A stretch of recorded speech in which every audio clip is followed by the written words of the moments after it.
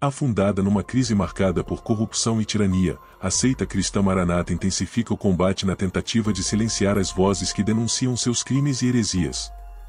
O alvo da vez é o canal TV Manaim. Hoje, daremos início à exibição de uma série com quase 20 vídeos produzidos pelo pastor Solon. Ele gravou diversos conteúdos reveladores, que foram publicados originalmente no canal TV Manaim. Entre eles, estão trechos em que Solon explica com detalhes os processos que culminaram na prisão de pastores da Maranata. Temendo que as informações chegassem até vocês, a seita cristã Maranata entrou na justiça para derrubar o canal. O processo ainda não foi julgado, no entanto, por força de uma liminar, ele será retirado do ar até que se tenha uma decisão final. Mas não deixaremos vocês desinformados. Vamos publicar todo esse material, na íntegra. A Maranata derrubou o canal alegando o uso indevido de uma logomarca parecida com a da seita. Mas sabemos que isso é apenas um pretexto para esconder a verdade. Eu farei um pedido muito especial. Para que este conteúdo alcance mais pessoas, eu preciso que inscreva-se no canal, deixe seu like, compartilhe nos grupos, e especialmente, assista até o final. Isso é pouco, diante das informações de alto valor que você consumirá gratuitamente. Precisamos que essa verdade chegue a quem ainda está preso dentro do sistema que Gedeuti construiu. E aproveite para adquirir a camiseta oficial do canal. Mostre que você também faz parte desse movimento que está desmascarando a mentira e revelando o que por anos foi escondido. Por seu turno, os membros da cúpula, em especial Gedeuti, Antônio, Amadeu, utilizavam-se de meios ardilosos, artificiosos e fraudulentos, com a obtenção de vantagens indevidas das mais variadas naturezas, desde a obtenção de dinheiros em espécie, segurança privada custeada pelo dinheiro dos fiéis, favorecimento a familiares nos negócios com o presbitério, bem como com fundação por ele mantida. Restou cabalmente demonstrado que os ilícitos penais já vinham ocorrendo há muito, como demonstra, por exemplo, a carta em que o pastor tal relata irregularidades ainda nos idos de 2003. De igual modo, é insofismável que José Fulano confirmou que a cada mês, durante o período compreendido entre os anos de 2005 a 2011, emitiu notas frias. O que eu vou dizer? Eu não sei nem porque eu estou preso. A existência de crimes diversos praticados tanto de competência federal como estadual, um sem número de contratos superfaturados, emissão de notas fiscais sem lastro, remessas de dinheiro para o estrangeiro das mais variadas formas, criação de empresas fantasmas, malversação de recursos públicos provenientes de substanciosas emendas parlamentares e etc. Revela a existência de uma sofisticada organização criminosa, estruturada profissionalmente de forma estável e permanente, com divisão de tarefas e instalada no âmbito da Igreja Cristã Maranata para a prática de crimes como estelionato, artigo 171 do Código Penal, falsidade ideológica, artigo 299 do Código Penal, apropriação indébita, artigo 168 do Código Penal, e emissão de notas de venda sem a correspondente prestação do serviço ou fornecimento do produto, que é a duplicata simulada, artigo 172 do Código Penal brasileiro. O procedimento investigatório número 11 de 2013, desta vez para averiguar a prática de delitos de ameaça, artigo 147 do Código Penal brasileiro, coação no curso do processo, artigo 344 do Código Penal brasileiro, e tráfico de influência, artigo 332 do Código Penal brasileiro. Os 12 primeiros denunciados, de modo convergente e em conluio, estabeleceram um engenhoso esquema de desvio de doações, dízimos e contribuições oferecidos à Igreja Cristã Maranata, de tal modo que, aproveitando-se da imunidade tributária aos templos de qualquer culto, prevista no artigo 150, inciso 6, a linha B da Constituição Republicana de 1988, viabilizaram a utilização dos recursos pertencentes à ICM em proveito e regozijo próprio.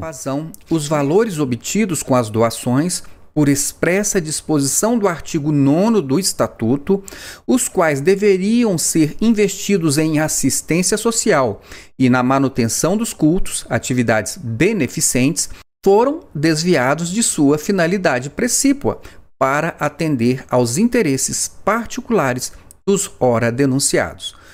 Colacionou também que esses benefícios não estavam necessariamente ligados à prestação de serviços ou a atos praticados em prol da ICM, constituindo vantagem oferecida aleatoriamente, podendo atestar que algumas pessoas recebiam até mesmo moradia, com todas as despesas custeadas com valores arrecadados pelo presbitério. Atesta que houve a aquisição pelo presbitério de veículo de passeio, até mesmo carros luxuosos, com a justificativa de uso em serviço. Veículos esses, entretanto, que permaneciam nas dependências do Manaim e eram usados aleatoriamente por membros da diretoria. Afirmou se recordar de um veículo Honda CR-V que nunca recebeu destinação a serviços específicos da igreja. E assim, com o objetivo de acobertar as irregularidades praticadas e justificar os gastos da instituição, os acusados se valiam ora da constituição fraudulenta de empresas, ora da utilização de outras já constituídas, contratando serviços por valores acima dos padrões de mercado, além de confabular a escrituração de notas fiscais superfaturadas de empresários que também eram ou são membros da igreja. E o presbitério central possibilitou a dissimulação de atos irregulares praticados, consistente na venda de mercadorias ou prestação de serviço sem a correspondente nota fiscal idônea a atestar o valor de mercado, ou mesmo sem a entrega do produto ou execução da tarefa avançada. Dando continuidade ao seu depoimento, fulano de tal esclareceu alguns fatos acerca da emissão de notas fiscais superfaturadas. Disse que manteve conversa com uma pessoa chamada Cicrano, autônomo e prestador de serviços de eletricista, pessoa esta que teria apresentado um orçamento de R$ 2.400 para a prestação de serviços, mas foi solicitado ao mesmo que emitisse uma nota fiscal de maior valor, com a justificativa de que a igreja precisava fazer caixa para auxiliar os irmãos. Posteriormente, o Cicrano tomou conhecimento de que um grupo de pessoas ligadas ao denunciado Antônio havia constituído uma empresa de prestação de serviço do mesmo ramo solicitado a ele próprio, tendo sido apurado que os serviços foram prestados pelo valor de R$ 8.500, portanto, bem acima dos R$ 2.400 por ele cobrados. De igual modo, outro fato relatado pela declarante e que demonstra o engenho criminoso instalado no âmbito do PES diz respeito à pessoa de fulana de tal, que trabalhava prestando serviços de ambulância a preços módicos, visando exatamente colaborar com as obras caritativas da ICM. No entanto, foi criada uma empresa voltada à prestação desse tipo de serviço para atender a igreja, que cobrava valores bem superiores aos que eram constantes do orçamento da fulana de tal. A pessoa de Cicrano, ouvido as folhas 156 e 163, que desempenhou as funções de confiança e assessoramento imediato da comissão executiva e de seus pastores membros, disse que cabia a Antônio a administração geral e ainda a chefia do Conselho Fiscal, responsável pelas finanças, ordenador de documentos fiscais e contábeis e detentor de senhas de acesso aos sistemas. Cicrana relata com detalhes o esquema de emissão de notas inidôneas, com o nítido propósito de simular a realização de uma despesa pelo presbitério.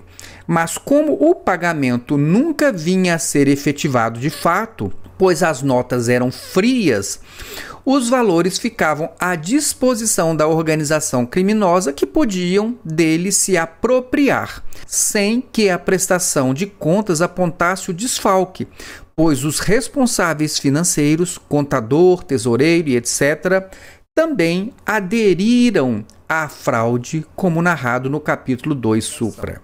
Disse ainda a testemunha fulana de tal que a partir de 2006 passou a trabalhar no setor de videoconferência da ICM, compareceu ao GAECO e prestou as declarações juntadas às folhas 575 e 578.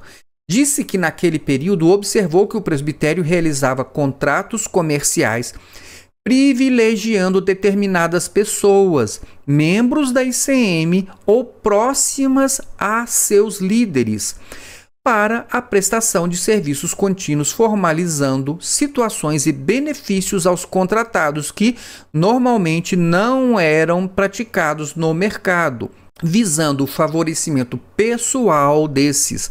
A testemunha relata também ter verificado que determinados funcionários ou mesmo pessoas próximas aos líderes recebiam benefícios, tais como pagamento de combustível para seus veículos particulares, refeição, viagem e até mesmo destinação de bens materiais adquiridos pela ICM e repassados para uso exclusivo, sendo que esses benefícios não tinham relação com a prestação do serviço ou atos praticados em favor da ICM, constituindo vantagem oferecida aleatória e indevidamente.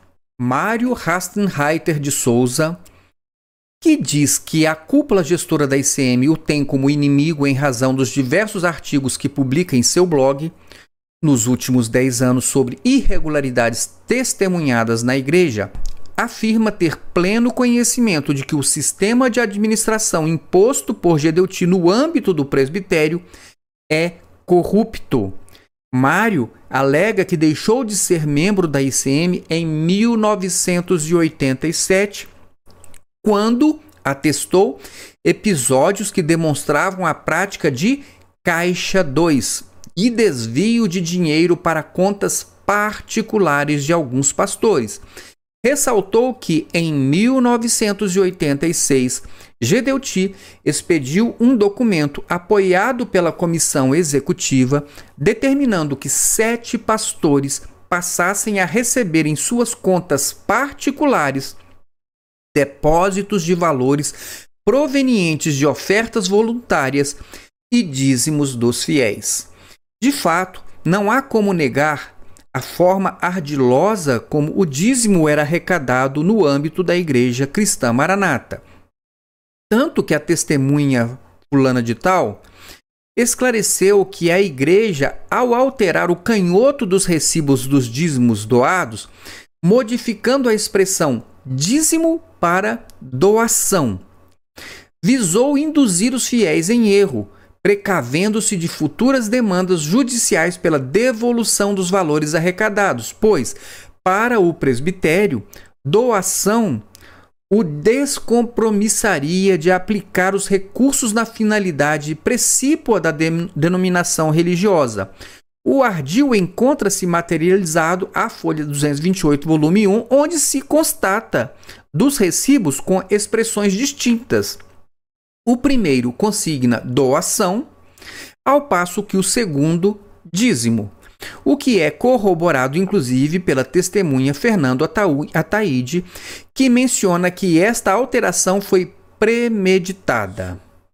Releva notar que durante o período acima mencionado, sempre que solicitado, o seu filho fulano pedia as notas fiscais em nome do denunciado Antônio.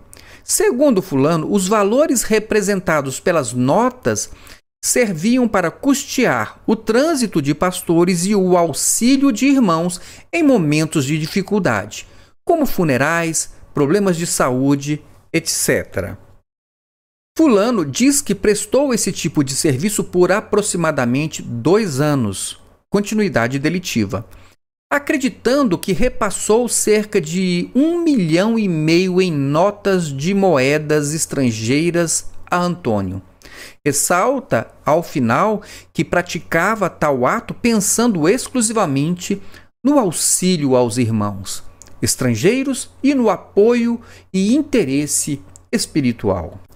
Afirmou que fulano também era responsável por todo o setor de segurança do presbitério Espírito Santense, uma vez diagnosticado constantes furtos e arrombamentos nas unidades da igreja, sobretudo nos Manaíns. O dinheiro extraído do presbitério por intermédio de notas fiscais inidôneas emitidas servia, na verdade, para o pagamento de policiais militares, membros da ICM, para que, nas suas folgas, fizessem a segurança dos prédios e unidades. Ouvido as folhas 772 a 775, fulano de tal, cabo da Polícia Militar, afirmou que o pastor tal criou uma comissão para definir a estratégia de convocar policiais militares, membros da igreja, para formarem um grupo, montarem uma escala de serviço e prestarem segurança às unidades da igreja. A testemunha disse que foi um dos pioneiros no trabalho e inicialmente trabalhava no período noturno, resguardando a própria sede do presbitério em Vila Velha, Espírito Santo. Com o passar do tempo, cerca de 40 policiais militares compunham as escalas e os serviços eram prestados em diversos locais e eventos. Os policiais recebiam uma ajuda de custo por parte do presbitério, que no início era de R$ 40, por 12 horas de serviço, valores esses que foram atualizados com o tempo. O policial afirma, todavia, que, na época, o Comando-Geral da Polícia Militar foi informado pelo presbitério que os militares trabalhavam de forma voluntária junto às unidades da ICM. Acerca do pagamento de policiais para a segurança de pessoas e unidades da ICM, somente vislumbrava uma possibilidade, qual seja a emissão de notas fiscais inidôneas. Afirmou ainda que todos dentro do presbitério tinham conhecimento desse tipo de serviço, até mesmo porque era feito de forma ostensiva, e os policiais ora trabalhavam fardados, ora à paisana, porém sempre armados.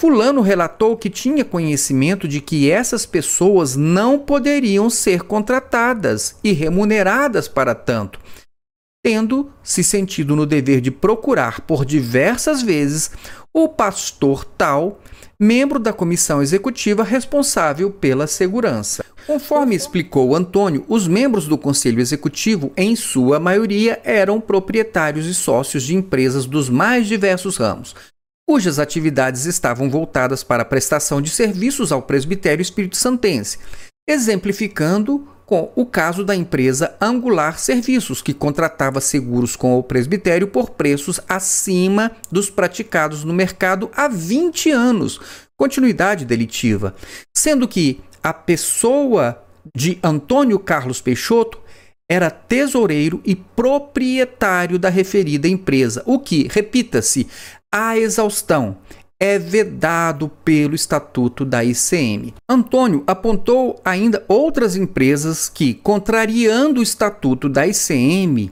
se relacionavam com o presbitério, a saber, Cubos Engenharia, de Antônio Carlos de Oliveira, a Pulso Corretora, de propriedade do pastor tal, Vila Med de Amadeu Loureiro, a Primícias de Wallace Rossetti e do pastor tal, a farmacológica Manipulação da esposa de Amadeu Loureiro Lopes. Entretanto, as investigações revelaram e a própria igreja confirmou, através de documentos encaminhados, após requisição ministerial constantes do anexo 9, pagamentos efetuados a diversas pessoas físicas naturais, membros da ICM, e jurídicas vinculadas direta ou indiretamente aos denunciados, num montante de R$ 24.823.688,19.